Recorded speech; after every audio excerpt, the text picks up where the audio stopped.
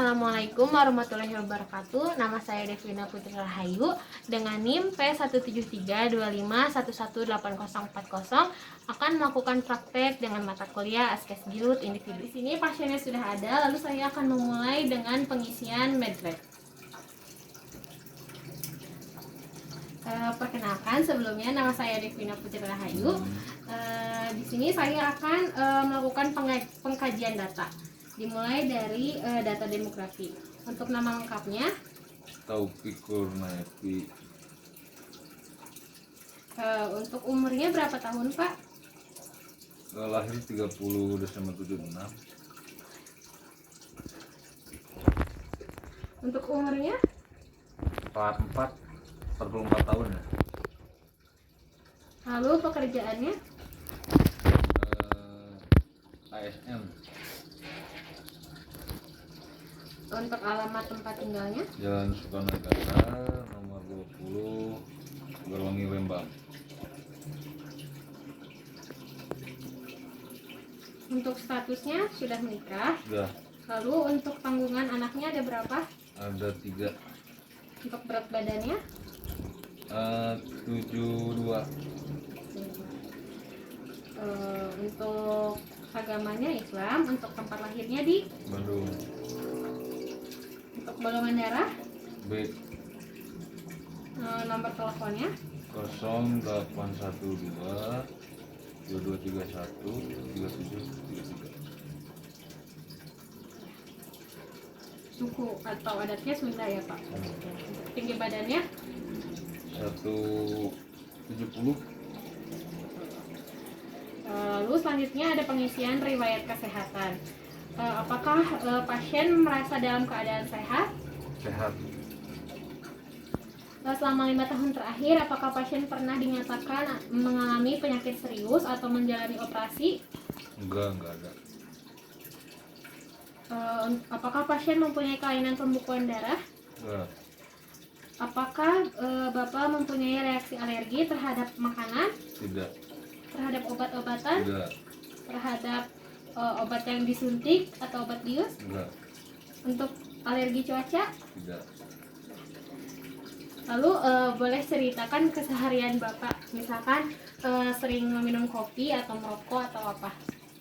Merokok sama ngopi ya. Untuk frekuensinya apakah sering atau jarang? Untuk ngopi sendiri pagi sama malam. Pagi dan malam ya. Ya, pagi dan malam. Baik, selanjutnya untuk pengalaman kesehatan gigi dan gejala-gejalanya, apa alasan utama kalau berkunjung ke klinik gigi, misalkan merasakan ngilu atau sakit atau apa? Sakit aja, kalau pas sakit kayaknya pengen aja ke klinik gigi. Apakah Bapak pernah merasakan giginya terasa kasar? Kasar gimana? Kasarnya misalkan karena sikat giginya tidak benar gitu. Apakah pernah merasakan? Pernah. Selanjutnya, apakah yang ingin diketahui dari dalam rongga mulut Anda saat ini? Apakah kerusakan gigi, penyakit pada gusi, luka pada jaringan mulut, atau kanker mulut? Pada gigi. Kerusakan pada gigi. Selanjutnya, pernahkah dilakukan ronsen foto dalam 2 tahun terakhir? Belum pernah. Apakah Bapak pernah mengalami komplikasi atau pengalaman negatif terkait dengan perawatan gigi sebelumnya? Tidak. Bagaimana pendapat Bapak tentang kunjungan ke klinik sebelumnya?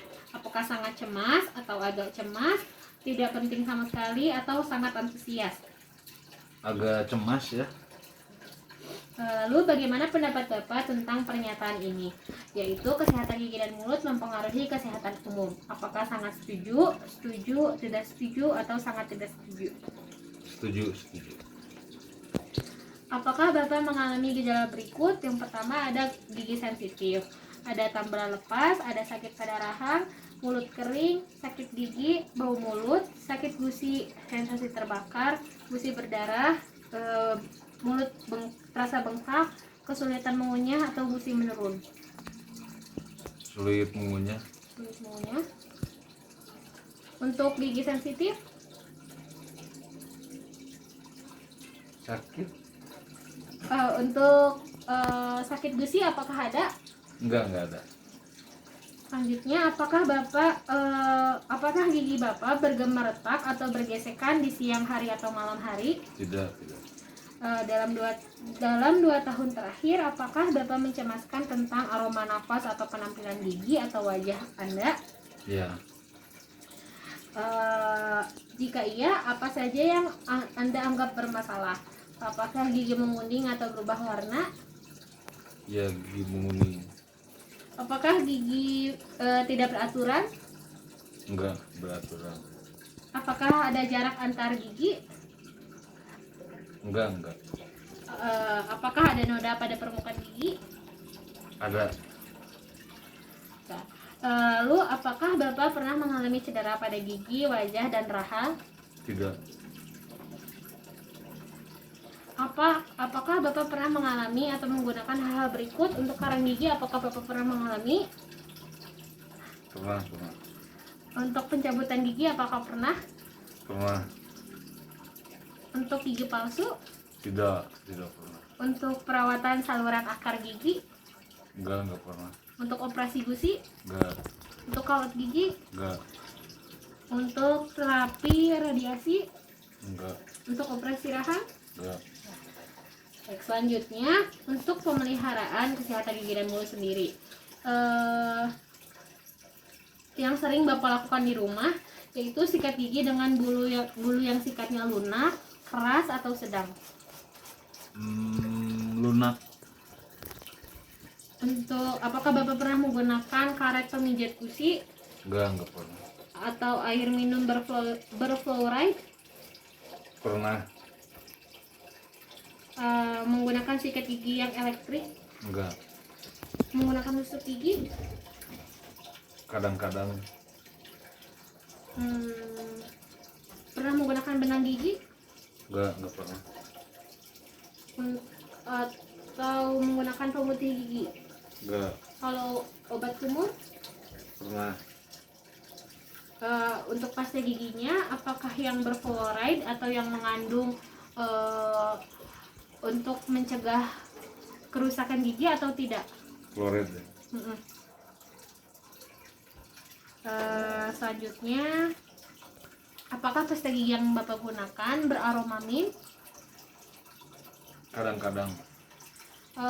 Mengandung perlindungan gigi yang sensitif? Ya.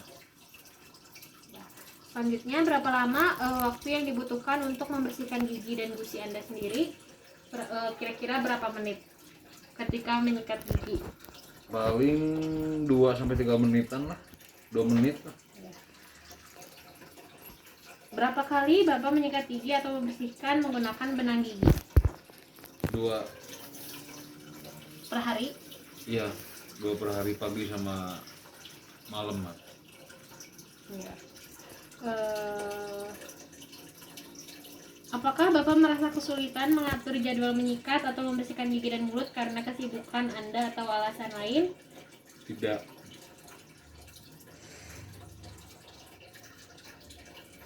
Apakah ada kondisi yang membuat Bapak sulit membersihkan gigi, seperti misalkan ketika memegang sikat gigi atau menggunakan benang gigi? Tidak. Apakah Bapak rutin memeriksa setiap bulan untuk mengetahui adanya kanker mulut? Jarang. Apakah Bapak suka menggigit benda yang keras seperti suka menggigit kuku-kuku jari? Enggak pernah. Kalau merokok tadi suka. Lalu untuk cemilan di antara waktu makanannya, untuk frekuensi memakan permen mint, apakah sering atau jarang atau tidak pernah? Jarang.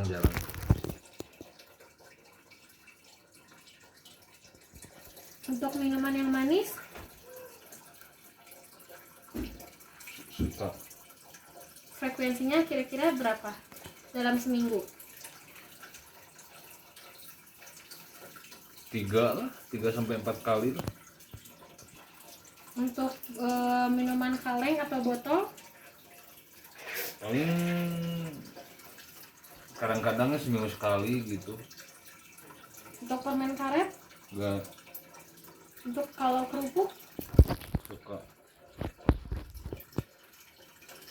untuk obat sirup, Nggak. kalau keripik, Kadang-kadang untuk kue kering. sama kadang-kadang. Lalu selanjutnya ada keyakinan tentang kesehatan gigi dan mulut. Jika dibandingkan dengan orang pada umumnya, menurut Anda bagaimana kemungkinan Anda memiliki gigi berlubang atau masalah gigi atau gusi pada rongga mulut Anda? Apakah jauh di atas rata-rata, sedikit di atas rata-rata, atau sama seperti umumnya?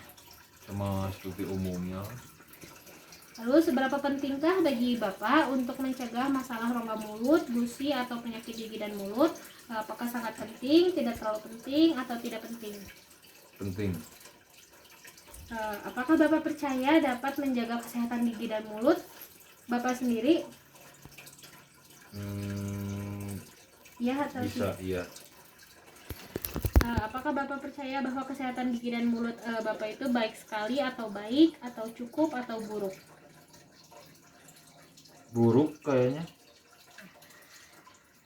Selanjutnya, apakah Bapak sedang atau pernah mengkonsumsi obat-obatan yang termasuk obat herbal atau alternatif?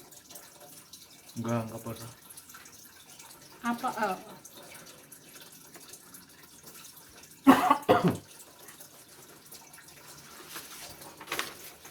Selanjutnya dilanjutkan dengan pengisian oral hygiene. Selanjutnya untuk pengisian oral hygiene dikarenakan tidak ada disposing, jadi saya menggunakan cairan dari buah naga.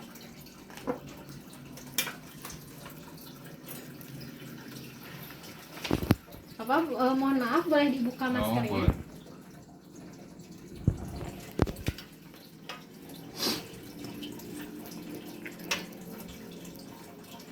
Rebahan mungkin ya, Dok? Iya.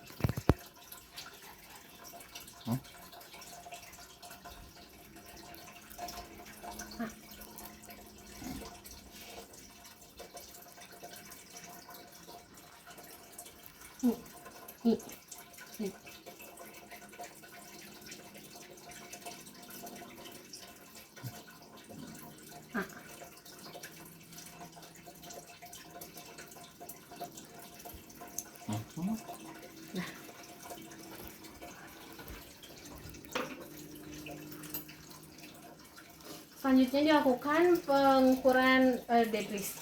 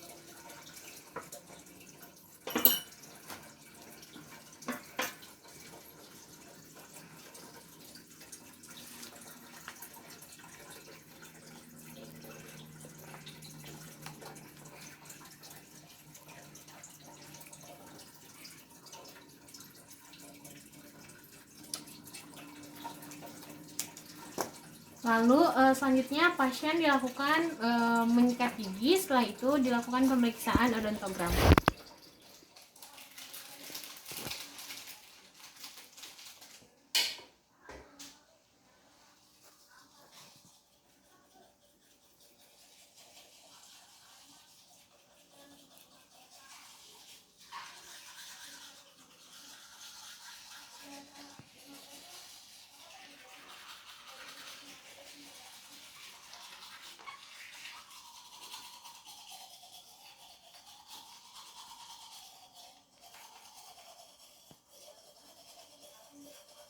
Setelah dilakukan pemeriksaan OHIS dan pengisian odontogram, lalu pasien sudah melakukan penyekatan gigi. Sekarang saya akan melakukan CST.